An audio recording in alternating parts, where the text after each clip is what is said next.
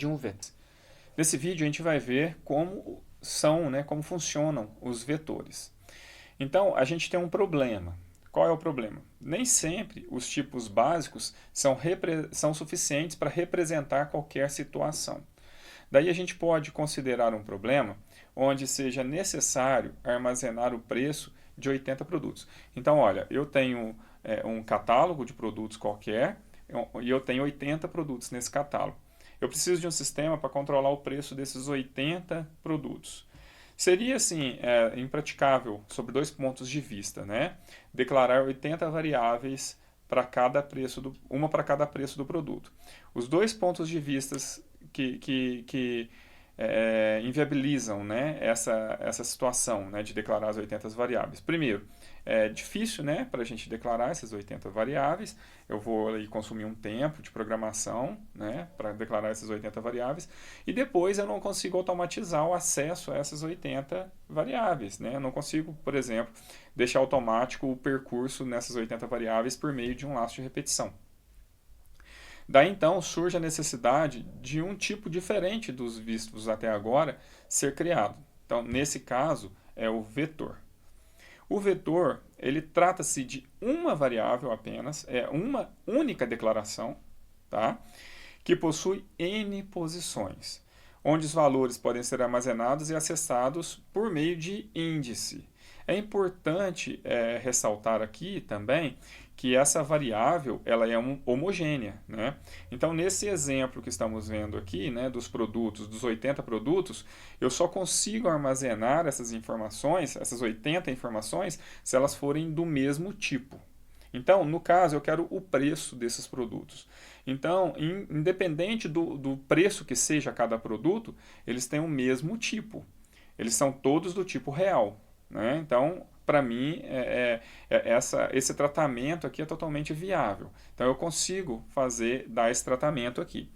Então, olha, imagina essa situação que eu tenho aqui na figura. Eu tenho um vetor chamado produtos.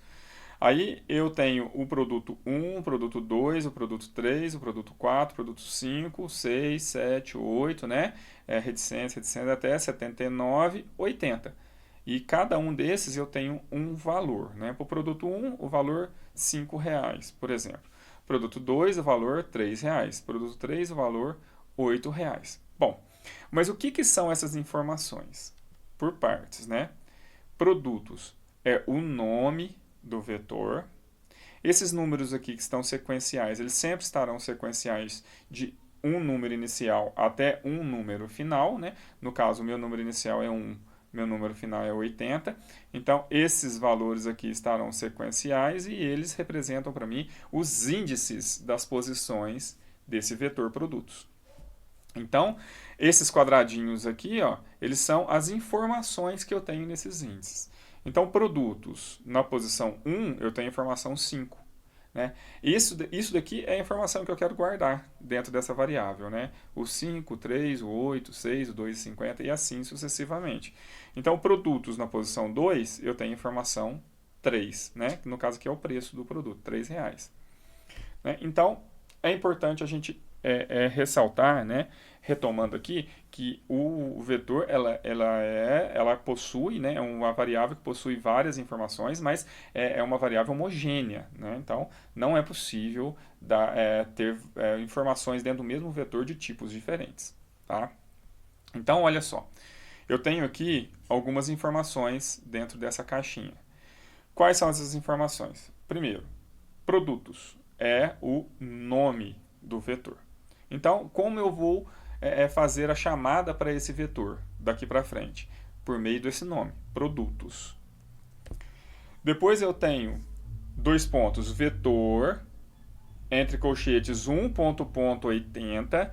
Essa informação significa que vetor é o tipo, né? Que essa é uma variável especial, é uma variável vetor, né?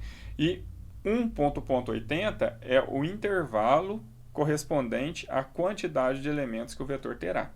Então, nesse caso, 1.80 significa que a primeira posição é 1 e a última posição é 80. Nesse caso, nós teremos 80 campos, né? 80 possibilidades, como se fossem 80 variáveis, né? Só que dentro de uma variável só. e depois eu tenho o tipo, né? Então, D real significa que esse vetor vai ter 80 posições na memória, né? 80 alocações do tipo real. Então, é o tipo que todos os elementos do vetor irá possuir. Então, aqui eu tenho um exemplo, né? Como fica visualmente o vetor, né? Lembrando que esses valores aqui são aleatórios, né? Como eu já usei nos exemplos anteriores. Então, produtos na posição 1, eu tenho um valor de 5. Então, nome do vetor, índice, informação. Então, produtos na posição 1, 5. Produtos na posição 2, 3. Produtos na posição 3, 8. Produtos na posição 4, 6. Produtos na posição 5, 2,50. Aqui continuaria, né? Porque esse meu vetor tem 80 posições. Mas aqui são só os exemplos, né? De uma forma bem visual. Então, nesse exemplo, né? Produtos, onde eu tenho vetor de 1,80 de real. Então, nesse caso, será criado um vetor, né? Só recapitulando, com 80 posições, onde a primeira é 1 e a última 80. E irá armazenar números reais, que no caso desse vetor representa um preço, cada posição um preço de um produto. O nome do vetor é produtos. É como se tivéssemos 80 variáveis do tipo real, só que elas são dentro de uma variável só, separadas por índices diferentes. Então, é a mesma variável, produtos, só que com índices diferentes. O acesso, né, se fossem variáveis separadas, 80 variáveis, ele não poderia ser feito de forma sequencial. Agora, aqui para mim, eu tenho uma parte dessa variável que ela é sequencial. Qual é? Exatamente o índice. Por isso que dessa forma eu consigo fazer o acesso de forma sequencial a esse vetor. Então, como que é feita essa forma de acesso? Eu posso fazer diretamente com atribuições, ou eu posso fazer capturando informações do teclado, né, com leia, ou eu posso fazer atribuindo constantes ou variáveis, né? Então, eu faço atribuição direto de constante de outra variável ou de outra variável, lembrando que essa outra variável pode ser uma outra posição do vetor, ou eu posso utilizar o comando lay, assim como eu faço com uma variável comum. Então, só quero dizer aqui que isso não muda, né? É uma variável comum. Só que são 80 variáveis, nesse caso, nesse exemplo, cada uma com um índice diferente, porém todas com o mesmo nome. Tá? Então, exemplo. Produtos na posição 1 recebe 5. Produtos na posição 2 recebe 3. Isso significa que eu estou fazendo uma atribuição de uma constante 5 para a posição 1 do vetor produtos. Eu estou fazendo a atribuição de uma constante 3 para a posição 2 do vetor produtos. Então, os valores 5 e 3 são colocados nas posições 1 e 2 do vetor, respectivamente. Assim como eu posso usar um lay aqui para capturar do teclado essa informação, eu posso usar um escreva para mostrar na tela, né? Para imprimir na tela a informação que está dentro dessa posição do vetor. Então, escreva produtos na posição 1, escreva produtos na posição 2, será impresso na tela 5 e 3 do vetor, respectivamente, que são as informações que estão armazenadas nesses índices. Bom, aqui nós falamos muito, né, de uma forma de manipular um vetor grandão lá de 80 posições de reais. Então, vamos ver aqui como que a gente manipula um vetor diferente, né, um vetor de literais. Né, no caso aqui, um vetor com 7 posições. Então, vamos fazer aqui uma pequena prática, né, agora diretamente no Visual G.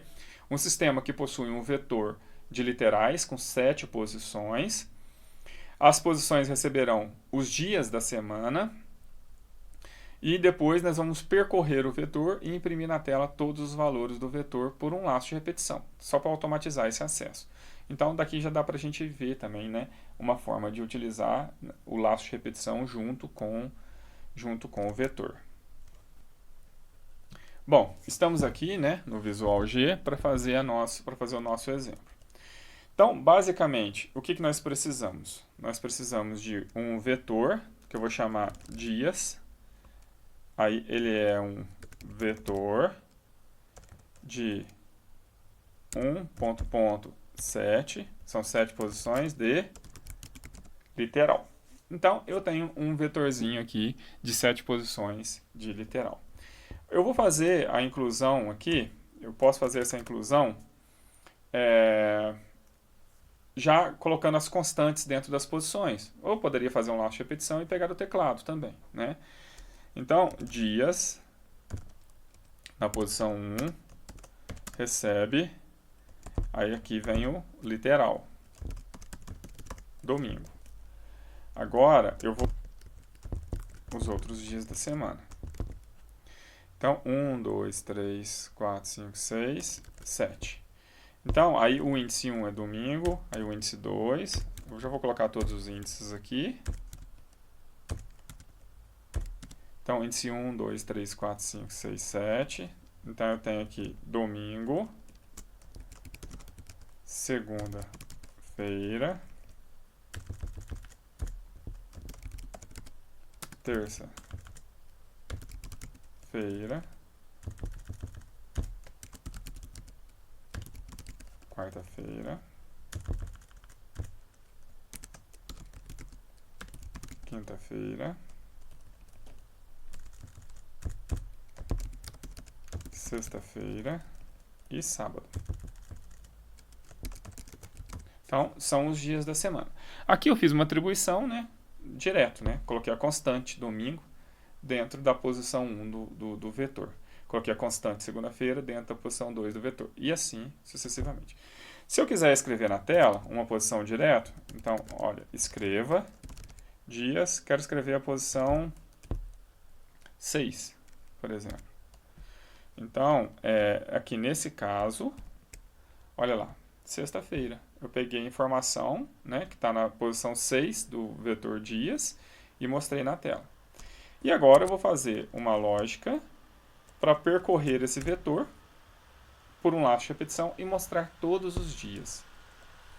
Para usar o laço de repetição, eu vou precisar de uma variável de controle. Então, um i inteiro. Eu vou usar o para. Nesse caso aqui, ele pode ser o para mesmo, né? Eu já deixo a estrutura toda estática na declaração. Então, para i de 1 até 7, faça fim para, escreva. Agora aqui, ó, dias. Eu quero que cada hora ele escreva um índice diferente.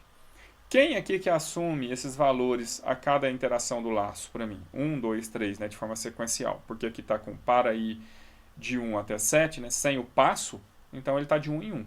Então o i ele vai ser 1, 2, 3 até 7.